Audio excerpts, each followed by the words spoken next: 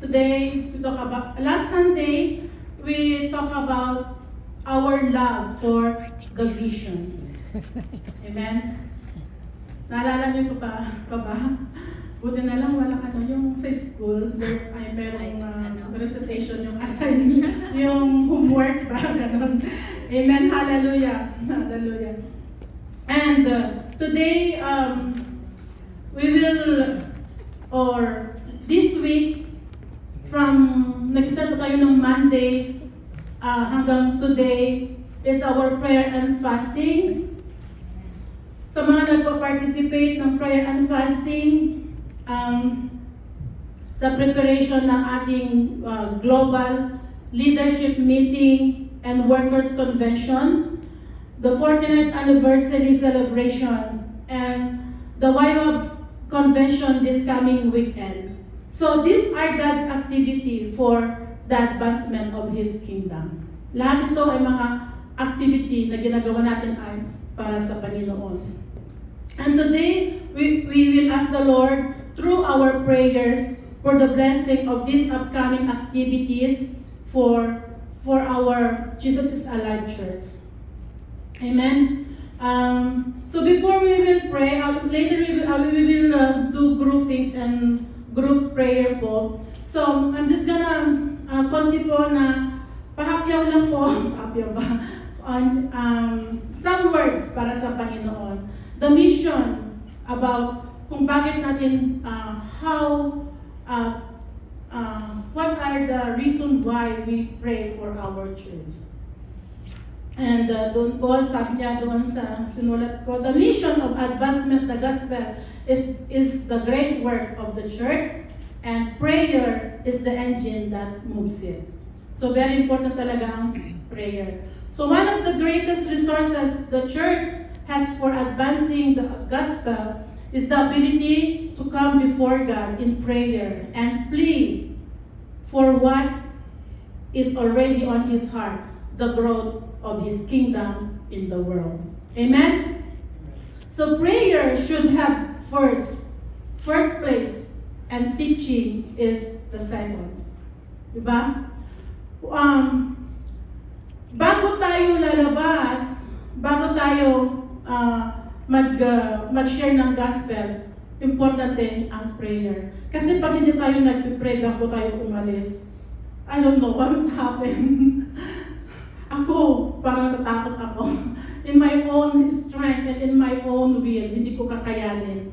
But that's why kailangan natin ng prayer. As a church, we should connect to the Lord first. Pray first before we go and reach the gospel. Amen. So, we should be a prayerful church. Prayerful church ba tayo? Oh, hindi ko alam. But I believe it's a prayerful church kasi we are growing, the Lord is moving, di ba? Sa ating church. So, reason why our church must pray for mission. Number one, Jesus taught His disciples to how to pray for mission and model it as He trained them. So mismo ang Panginoon, early in His training sa kanyang mga disciple, Jesus taught them how to pray. Yung sa Matthew 6:9 verse 13, ano ba yung doon, yung prayer doon na ang tawag doon, yung the Lord's Prayer. Thank you. The Lord's Prayer. So later, after teaching the challenges of ministry, the disciples, they come back again to Jesus and ask Him how to pray. But the Lord Jesus brought them back to the same prayer. If you look Luke chapter 11 verse 2. Mag-ano tayo? Sabi niya, Luke 11:2, He said to them, when you pray, say, Father, hallowed be your name, your kingdom come. Give us each day our daily bread. Forgive our sins, for we also forgive everyone who sins against us. And lead us not into temptation. So alam po natin yun, di ba? Parang yung Lord's Prayer is parang ano natin is guide. Amen? Pero hindi natin yung inuulit-ulit na pinaprayan, memorize. Maganda memorize natin kasi yun ang guide natin, pero hindi yung prayer din. Ang prayer natin is galing sa ating puso. Amen? Hallelujah. Number 2, reason why our church must pray for mission. Prayer moves the heart of the church towards the heart of God for His mission. In Luke 10, He told them to pray that God would send workers into the harvest field. Then He said, "Go, I am sending you." Amen? Hallelujah. The Lord, sabi niya talaga, the Lord sabi ko, He told them to pray that God would send workers into the harvest and field. So, yan katulad ng sinabi ko kanina, before we go out, we have to pray. At ang Diyos naman ang nagsabi, "Go, I am sending you." So, pag nag-pray tayo, Lord, the Lord will bless us, will sustain, pag-ibigay niya lahat ng mga pangangailangan natin. If you read, pag tinignan natin yung life ng mga disciples noon, sabi ng Panginoon na sila ay humayo without bringing anything. Diba? So tayo ngayon, we're so blessed kasi ang daming siguro pag lumabas tayo, ang daming mag-provide ng mga pangangailangan natin. Amen. In our own church, katulad nung last Sunday, lumabas tayo, nagbigay ang isang family. Sabihin ko na ba? Si Kuya Joel ba yun, diba? Kuya Pedro. Sorry, parang kamukha ni Kuya Joel ba? Hindi niya kamukha, pero parang pero Kuya Pedro at Ate Pressy. Amen. Thank you. God will bless you, mga kapatid.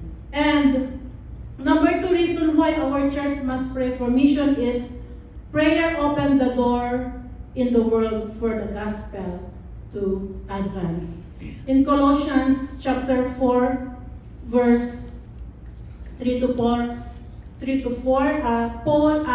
Apostle Paul asked the church na pray also for us that God may open to us a door for the word to declare the ministry of Christ. So the Apostle Paul, or as leaders, we need prayer from the church. So, di ba, pinagpipray natin sila pastor, yung mga leader natin na nagtatrabaho para sa church or naglilid sa atin. So, doon po, kaya sabi niya, kailangan natin ipag-pray ang mga leaders natin. Dahil kahit si Apostle Paul, he asked his church to pray for them. Amen. Pray that I may proclaim it clearly. That's why we need to pray for our leaders. Amen. And number 4, mabilis tayo. Prayer empowers the message of those going to share the gospel clearly and without fear. Without prayer, fear will rule the heart of those sharing the gospel. May takot, may pangamba. Diba? Kung ako, kailangan ko ng prayer niyo. Kaya nga sabi ko lagi sila, Pastor and Ate G, pag-pray niyo ako. Hindi ko kayang tumayo doon ng Sunday na walang nagpe-pray sa akin. Amen. So, ganun po. Manannervous po tayo. Hindi natin alam ang gagawin natin. Matatakot tayo pag walang prayer. Okay? Paul asked the church, pray also for me that whenever I speak, words may be given to me so that I will fearlessly make known the mystery of the gospel. Pray that I may declare it fearlessly as I should. So yun. So, as a church, kailangan natin na ipag-pray ang ating church, buong church. Every members of the church, our fellow or our churchmate. Ipag-pray natin ang ating mga leaders. Amen? Ipag-pray natin ang ating mga pastor. Kasi ang prayer, yun ay the Spirit of the Lord increases the spiritual fervor of His people. Through corporate prayer, we realize no one is alone and we strive together through the power of the Holy Spirit. So when the church prays, the Holy Spirit gives us the urge to be energetic, diba, in our attempts to give honor to each other. Sabi dito, prayer connects the church to the activity of God who is empowering His people to advance the message of His kingdom. Amen? So prayer connects the church to the activity of God who is empowering His people to advance the message of His kingdom. Today, let us pray together, church. As a church, we pray for our church mission and activities. So, there's a lot of upcoming activities ng ating iglesia. So, kailangan, as a church, kailangan natin ipag-pray lahat ng mga activities na ito. Amen? Amen? Amen. Nandiyan po ba kayo? Amen, nandito tayong lahat. Amen. So, naggumawa ako po ng groupings doon. Nandito po ba, Pastor, yung nailagay ko ba yung groupings doon? At Sister Jo, nandiyan po. Okay, gumawa ako ng 3 group. 3 yung prayer, natin, items. So, pwede siguro gawin natin 3, Ate G. And then isang group ng lalaki. Okay. Kuya Johnny, Kuya Pedro, Kuya Osias, and Brother Dexon, and Brother Kasama na lang mga lalaki. Rudy. Talaga iisip ko. Kuya Rudy. And Pastor. Hallelujah. Tapos yung mga... Sila na lang po. At Kuya Joffrey pala. As tatay rin, dami na lang pala yung mga lalaki. Akala ko mas konti sila. Mas marami sila. Oh, praise God. Ang mga kalalakihan ay talagang nag-bloom.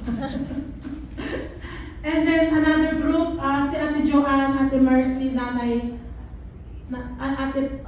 Presi, and Nanay Agnes. Oo. Gawin natin. At kasi si Aten ka, di kita makita niya dyan. Si Aten ka, si Nanay Agnes, si Ate Presi, si Ate Mercy. Sila po. At si my beautiful nanay. Sila po ang magkakasama. And then the rest, yung isa si Ate Jo, si Ate Maya, si Ate John at Ate Meg, Ate Rachel. Sila po. So, tingnan po natin yung prayer item po. We pray for the global hand. Andun naman si na Pastor, siya mag-lead sa group 1, Pastor. And number 2, the upcoming 49th anniversary, yung mga nanay natin. Po? Global Leadership Meeting and Workers Convention. Okay. Yes. Ha? Okay na. That's good. Ay, andun si ate. Okay, Diyan okay na lang para tumikol. And then Ate Jubilin, dito nga na. Okay. Oo. So, dito po, group niyo po, nandiyan naman mas Ate Ancar, the coming 49th anniversary celebration. So, ikaw na mag-leader dyan, okay? Kailangan ng isang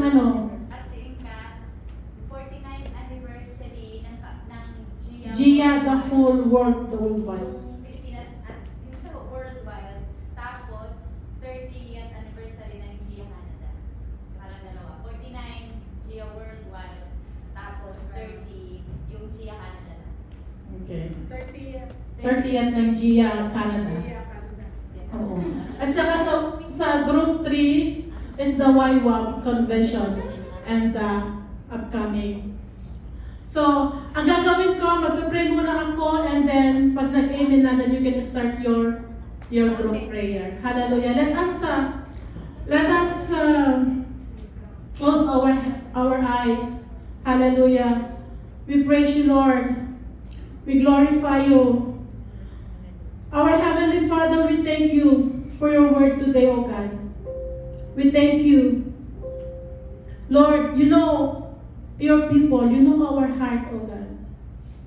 Even before we say our prayer, alam mo na, Panginoon, ang nilalaman ng aming mga puso. At ikaw, Panginoon, ang the answer of our prayer, O God. I pray, Lord, that you bless your workers, the pastors and the leaders, as they will lead us as we go out and make you have known in the world, O God.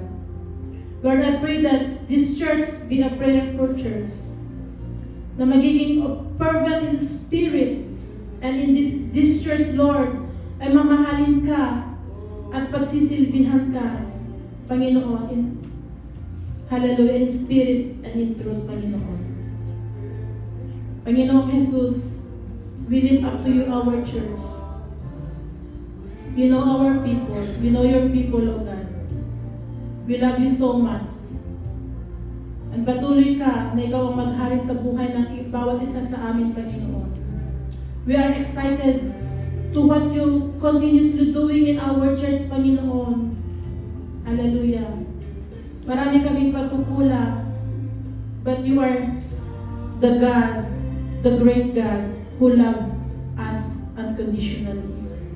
Panginoon, we are excited and we live by faith and not by sight. In Jesus' name we pray. Amen.